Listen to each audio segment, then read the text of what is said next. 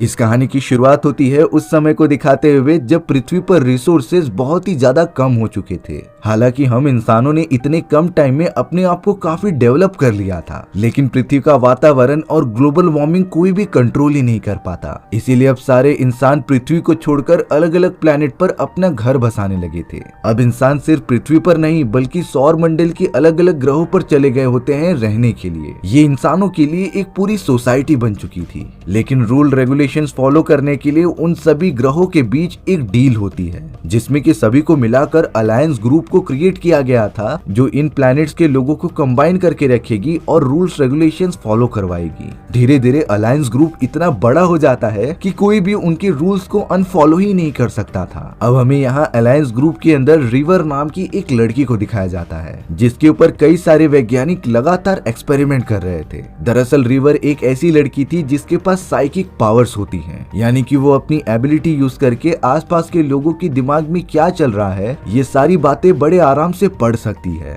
और रिवर ने यहाँ गलती से अलायंस के कुछ लोगों का दिमाग पढ़ लिया था, इसीलिए सोल्जर्स रिवर को पकड़कर उसकी सारी यादें मिटाने की कोशिश कर रहे होते हैं, क्योंकि ये इन्फॉर्मेशन बहुत ही ज्यादा क्रिटिकल थी जो दूसरे लोगों को पता नहीं चलनी चाहिए। लेकिन अब उस जगह पर रिवर का भाई आकर बड़ी चोरी चुपके तरीके से अपनी बहन रिवर को छुड़ा के लेके चला जाता है। अब दूसरी तरफ अंतरिक्ष की गहराइयों में हमें सेरेनिटी नाम का एक स्पेसशिप दिखाई गई थी, जिसके अंदर माइक नाम का एक कैप्टन होता है जो अपनी पूरी टीम के साथ अलग अलग जगहों पर घूमता और बैंक में चोरियां करता। माइक ने तो अपनी टीम के अंदर रिवर को भी शामिल किया होता है, क्योंकि उसे आइडिया था कि रिवर के पास एक और एबिलिटी है जिसमें कि उसे खतरे होने का अंदाजा पहले ही लग जाता था, और ये एबिलिटी माइक और उसके दोस्तों के बड़े काम आ सकती है। और अब इसी तरीके से माइक रिवर और अपने पूरे आदमियों के साथ एक बैंक में आ जाता है और वहाँ के लोगों को बंदी बना के चोरी करने चला जाता है। रिवर ऊपर की तरफ मौजूद थी, वहीं माइक अपने दोस्तों के साथ बेसमेंट में जाकर सारे पैसे ले रहा होता है। तभी अचानक रिवर जमीन पे गिर के बेहोश होने लगी थी। वो बताती है कि हमें इस जगह से निकलना पड़ेगा क्योंकि नरभक्षी आ रहे हैं। माइक को जब ये पता चला तब वो सारे पैसे लेकर जल्द से जल्द अपनी टीम के साथ सेरेनिटी स्पेसशिप में बैठकर वहाँ से जाने लगता है।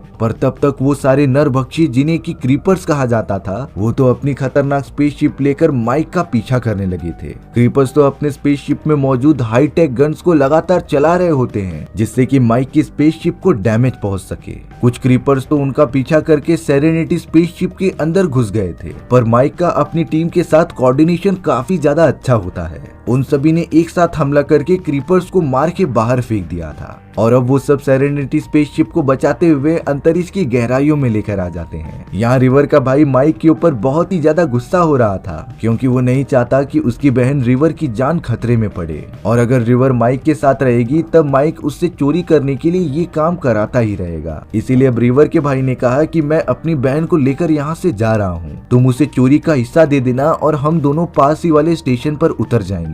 माइक के पास दूसरा कोई ऑप्शन नहीं होता, वो रिवर और उसके भाई से जबरदस्ती तो करेगा नहीं। लेकिन यहाँ पर माइक की एक टीम मेंबर बता रही थी कि अगर रिवर इस तरीके से आजाद घूमेगी तब अलायंस के लोग उसे जल्द से जल्द पकड़ लेंगे, यानी कि एक तरीके से रिवर की जान बहुत ही ज्यादा खतरे में है। अब एक पास ही में बहुत ही बड़ा स्टेशन आने पर रिवर और उसका भाई उतरकर अंदर की तरफ जाने लगते हैं, लेकिन यहाँ माइक भी रिवर की सेफ्टी के लिए उसका पीछा करने लगता है। वो तीनों चलते चलते एक क्लब में आ जाते हैं जहाँ पर सभी लोग मजे कर रहे थे। माइक भी टेबल पर बैठकर ड्रिंक्स पीता है और रिवर पर नजर रखता है। रिवर तो यहाँ उस क्लब में जाकर काफी मजे कर रही थी, पर तभी उसकी नजर एलईडी स्क्रीन पर चल रहे एडवर्टाइजमेंट पर जाती है, जिसके कुछ ही देर बाद वो आउट ऑफ कंट्रोल हो चुकी थी। रिवर अब पता नहीं क्यों वहाँ पर मौजूद कई सारे लोगों को मारने लग जाती है, जैसे कि उसका अपनी बॉडी पर कोई भी कंट्रोल ही नहीं। रिवर का भाई अपनी बहन का ये रूप देखने पर तुरंत उसके पास आता है और उसके कान में कुछ कोड वर्ड कहता है। कोड वर्ड सुनने के बाद रिवर तुरंत ही बेहोश हो गई थी। माइक भी उस जगह पर आ चुका होता है, जिसने रिवर को उठाकर उसके भाई से कहा कि फिलहाल के लिए तुम मेरे स्पेसशिप में चलो, जो पूरी तरीके से सुरक्षित थी। इसीलिए अब वो लोग सेरेनिटी स्पेसशिप के अंदर चले जाते हैं। माइक ने यहाँ रिवर के भाई से पूछा कि आखिर तुमने ऐसी कौन सी बात कही जिससे कि रिवर बेहोश हो गई। तब जाकर माइक सारी सच्चाई उनके सामने लाता है। वो बता रहा होता है कि जब रिवर को अलायंस के लोगों ने पकड़ रखा था तब वो उसके दिमाग के ऊपर कई सारे एक्सपेरिमेंट किया करते और इन्हीं एक्सपेरिमेंट के साइड इफेक्ट्स के कारण रिवर कभी अपना कंट्रोल खो बैठती थी, जिसमें कि वो अपने चारों तरफ मौजूद सभी इंसानों पर हमला करने लग जाती। और रिवर को पूरी तरीके से शांत करने के लिए वैज्ञानिकों ने एक कोड वर्ड बनाया, जिसे बोलते ही रिवर एकदम अनकॉन्शियस हो जाएगी। और माइक ने तो यही कोड वर्ड रिवर के कान में बोला था। माइक अब एक हैकर की मदद से उस क्लब की वीडियो फुटेज को डिकोड करने के लिए कहता है। हैकर लगातार उन सभी का काम करने लग गया था। कुछ देर बाद पता चला कि उस एडवर्टाइजमेंट को अलायंस के लोगों ने ट्रिगर किया था, जिसके अंदर एक कोड छुपा होता है। और ये सारी चीजें सिर्फ और सिर्फ रिवर को रंगे हाथों पकड़ने के लिए की गई थी। यानी कि अब अलायंस के लोगों को उनकी लोकेशन के बारे में पता होता है कि वो सब कहाँ जा रहे हैं। इसीलिए अब माइक ने डिसीजन लिया कि वो रिवर की प्रोटेक्शन के साथ साथ अपनी टीम को भी बचाने के लिए एक दूसरे प्लेनेट पर चले जाएंगे, जो पूरी तरीके से सुरक्षित होगा। माइक तो अपनी सेरेनिटी स्पेसशिप को जल्द से जल्द हेवन नाम की एक बहुत ही बड़ी प्लेनेट पर लेकर आ जाता है। ये प्लेनेट हमारे सौर मंडल से कुछ ज्यादा दूर नहीं होता, पर ये पूरी तरीके से सेफ था। माइक की पूरी टीम वहाँ पर शेफर्ड नाम की एक दूसरे आदमी से मिलती है, जो उन सभी को प्रॉपरली रहने के लिए घर और खाने के लिए खाना प्रोवाइड कर रहे थे। यानी कि माइक और उसकी टीम इस प्लेनेट पर पूरी तरीके से सुरक्षित है। वहीं दूसरी तरफ अब हमें अलायंस का एक ऑफिसर दिखाया जा रहा था, जो लगातार अपने आदमियों के साथ क्लब की फुटेजेस देखता है। ऑफिसर को ये तो पता चल चुका था कि रिवर माइक के साथ है, इसीलिए अब अलायंस के लोगों का पूरा ध्यान माइक के ऊपर शिफ्ट हो जाता है। यहाँ हेवन प्लेनेट पर माइक को उसकी एक बहुत पुरानी फ्रेंड, जिसका नाम इनारा था, उसका वीडियो कॉल आता है, जो कह रही थी कि मुझे किसी भी हालत में तुमसे मिलना है। अब यहाँ माइक को शक तो हो गया था कि शायद से इन सारी चीजों के पीछे अलायंस के लोगों का कुछ चाल होगी, पर फिर भी उसे एक बार जाके चेक करना ही पड़ेगा उसकी फ्रेंड मुसीबत में है कि नहीं। माइक तो अपना भेष बदल के इनारा के पास चला जाता है, पर शायद माइक का अंदाजा सही निकला। थोड़ी देर बाद वहाँ तुरंत अलायंस का ऑफिसर आ जाता है, जो माइक को पकड़कर उस पे हमला करने लगा था। माइक भी ऑफिसर को काफी टक्कर देता है, लेकिन ऑफिसर तो कुछ ज्यादा ही ताकतवर था। तभी इनारा ने माइक को बचाने के लिए वहाँ पर एक बड़ा ब्लास्ट किया, जिससे कि अलायंस के ऑफिसर और उसके आदमी डिस्ट्रैक्ट हो गए थे। इनारा माइक को लेकर जल्द से जल्द उस जगह से निकलकर सेरेनिटी स्पेसशिप में आ जाती है। और अब माइक ने तो अपनी सेरेनिटी स्पेसशिप को लाइट की स्पीड से हेवन प्लेनेट की तरफ पहुंचा दिया था। माइक तो अलायंस के लोगों के जाल में फंसने से बाल बाल बचा था। अब यहाँ रिवर को कुछ अजीब तरीके के विजन्स आ रहे थे, जिसमें कि रिवर एक प्लेनेट को देख रही थी जहाँ के सारे लोग मारे जा चुके थे। वहाँ के रहीवासी तो पूरी तरीके से स्केलेटन बन चुके होते हैं। अब यहाँ माइक की टीम में से एक आदमी बहुत ही ज्यादा घबरा जाता है, क्योंकि उसे पता था कि जब तक रिवर उनके साथ है अलायंस उनका पीछा छोड़ेगी नहीं। और अलायंस इतनी ज्यादा खतरनाक थी कि वो क्रिमिनल के साथ साथ उनके बेगुनाह साथियों को भी मार देते थे। तो इसीलिए माइक का वो टीम मेंबर बहुत ही ज्यादा घबरा कर डायरेक्टली चला गया था रिवर को मारने के लिए, क्योंकि ना तो रिवर रहेगी और ना ही अलायंस उनका पीछा करेंगे। बट ये सारी बातें रिवर को पहले से पता थी उसकी एबिलिटी के कारण। रिवर तो ऊपर की तरफ छुप गई होती है उस आदमी से बचने के लिए, और अब अपनी प्रोटेक्शन के लिए रिवर ने उस आदमी के सर पर वार करके उसे रूम में बंद कर दिया। गोली चलने की आवाज सुनने पर माइक और उसके सभी साथी वहां पहुंच चुके थे, लेकिन वो दरवाजा पूरी तरीके से लॉक होता है, जिसके अंदर वही आदमी बेहोश पड़ा था। हालांकि सभी लोग रिवर को आवाज दे रहे थे कि वो दरवाजा खोले, लेकिन वो तो शायद अपने जिद पर अड़ी थी और मानती ही नहीं। माइक और उसके दोस्त कोई और वे ट्राई करने चले गए थे कि कमरे के अंदर कैसे इंटर किया जाए, लेकिन जब यहाँ रिवर के भाई ने उसे बाहर आने के लिए कहा तब वो बाहर आ जाती है। लेकिन पता नहीं क्यों रिवर एकदम आउट ऑफ कंट्रोल होकर अपने भाई को ही मारना स्टार्ट कर दिया था। रिवर तो उसे बेहोश करते हुए डायरेक्टली कंट्रोल रूम के अंदर चली जाती है। वहाँ पर रिवर किसी मिरांडा नाम के प्लेनेट के बारे में सर्च कर रही थी, यानी कि रिवर को किसी भी तरीके से मिरांडा प्लेनेट पर जाना था। माइक को लगता है कि रिवर को जरूर कोई खतरनाक विजन आया है, जिसकी वजह से वो मिरांडा नाम के प्लेनेट के बारे में बोल रही है। इसीलिए अब माइक ने अपने सभी साथियों के साथ डिसीजन लिया कि वो मिरांडा प्लेनेट पर जाकर एक बार चेक करेंगे। लेकिन मिरांडा प्लेनेट तक पहुंचना इतना भी आसान काम नहीं था, क्योंकि मिरांडा प्लेनेट के चारों तरफ उन्हीं सारे क्रीपर्स यानी कि नरभक्षी की सेना मौजूद होती है, जो अपने प्लेनेट को प्रोटेक्ट करती थी। यहाँ तक कि अलायंस ग्रुप वाले भी उस प्लेनेट पर जाने से डरते हैं। लेकिन अब माइक को किसी भी हालत में पता करना था कि रिवर ने उस प्लेनेट का नाम क्यों लिया। मिरांडा प्लैनेट पर जाने से पहले माइक की पूरी टीम हेवन प्लैनेट पर शेफर्ड से मिलने चली आती है, लेकिन वहां पहुंचने के बाद वो सब पूरी तरीके से शॉक हो गए थे क्योंकि किसी ने हेवन प्लैनेट के लोगों को जान से मार दिया था। उन लोगों में तो शेफर्ड भी शामिल होता है। हेवन प्लैनेट के चारों तरफ बहुत ही बड़ी तबाही हो चुकी थी। माइक जल्द से जल्द शेफर्ड के पास जाता है जो अपनी आखिरी सांसें ले रहा था। शेफर्ड ने कहा कि तुम सभी के जाने के बाद अलायंस के ग्रुप वालों ने हमारे ऊपर हमला किया और सारे फैमिली मेंबर्स को खत्म कर दिया। माइक को तो अलायंस ग्रुप पर बहुत ही ज्यादा गुस्सा आ रहा था। तभी माइक को अलायंस ग्रुप के ऑफिसर का वीडियो कॉल आता है जो बोल रहा था कि तुम रिवर को जिस जिस प्लेनेट पर लेके जाके छुपाओगे हम उस प्लेनेट के सारे रहवासियों को मौत के घाट उतार देंगे, और अगर तुम प्लेनेट्स के अंदर शांति बनाना चाहते हो तो रिवर को हमारे हवाले कर दो। लेकिन माइक ऐसा बिल्कुल भी नहीं करना चाहता था। उसे पता होता है कि रिवर ने जरूर मिरांडा प्लेनेट पर कोई सीक्रेट देखा था, इसीलिए माइक ने डिसीजन लिया कि वो मिरांडा प्लेनेट पर जरूर जाएगा। माइक जब अपनी टीम को मिरांडा प्लेनेट पर जाने के लिए बुलाने आया तब ये शॉकिंग बात पता चलती है कि कोई भी टीम मेंबर माइक का इस मिशन में साथ देने के लिए रेडी नहीं है, क्योंकि वो सब अलायंस ग्रुप के लोगों से बहुत ही ज्यादा डर चुके थे।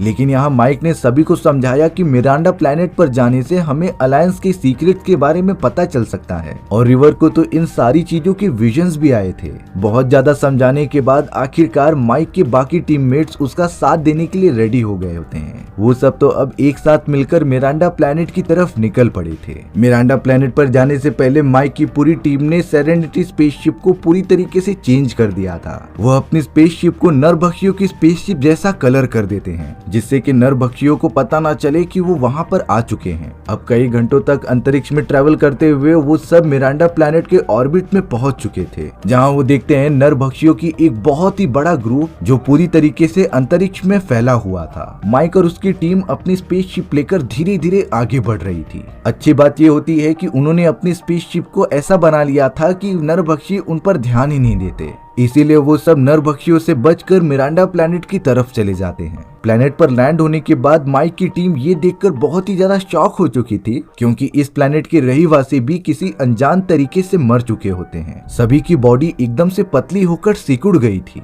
किसी को भी रीजन पता नहीं चलता कि आखिर इन लोगों की मौत हुई कैसे, क्योंकि उन्हें वहाँ के रहवासियों के बॉडी पर किसी भी तरीके के हमले का निशान दिखाई नहीं दे रहा था। ये वही सारे विजन्स होते हैं जिसे कि रिवर ने कुछ समय पहले देखा था। अब माइक की पूरी टीम एक लेबोरेटरी में आ जाती है, जहां पर एक वीडियो रिकॉर्डिंग प्ले करने पर लेडी का होलोग्राम ऑन होकर उन्हें कुछ बताने लगा था। वो लेडी कह रही थी कि सालों पहले अलायंस ग्रुप वाले हमारे प्लेनेट पर आकर कुछ एक्सपेरिमेंट कर रहे थे। हमारा प्लेनेट भी बाकी प्लैनेट्स की तरह एकदम हरा भरा हुआ करता था और सभी लोग काफी मजे से रहते थे। लेकिन अलायंस ग्रुप वालों ने एक एक्सपेरिमेंट के चलते पूरे प्लेनेट के ऊपर एक ऐसी अनोखी लिक्विड डाल दी जिससे कि लोगों के दिमाग का स्ट्रेस लेवल कम हो सके। लेकिन इस लिक्विड का प्लैनेट के रहवासियों पर बहुत ही बुरा असर हुआ। लोगों के दिमाग पर ऐसा असर पड़ने के बाद वो काम करना ही बंद कर देते हैं। उनके मन से सारी इच्छाएं खत्म हो गई थी। उन लोगों ने अपनी जिंदगी जीने का सारा मोह त्याग दिया था। इस तरीके से हमारे प्लैनेट के 50 मिलियन लोग मारे गए, और जो 5% लोग बच गए थे उसके ऊपर इस दवा ने कुछ अजीब तरीके से असर किया। वो सब काफी ज्यादा एग्रेसिव हो जाते हैं और उनकी बॉडी का स्ट्रक्चर भी चेंज होने लगा।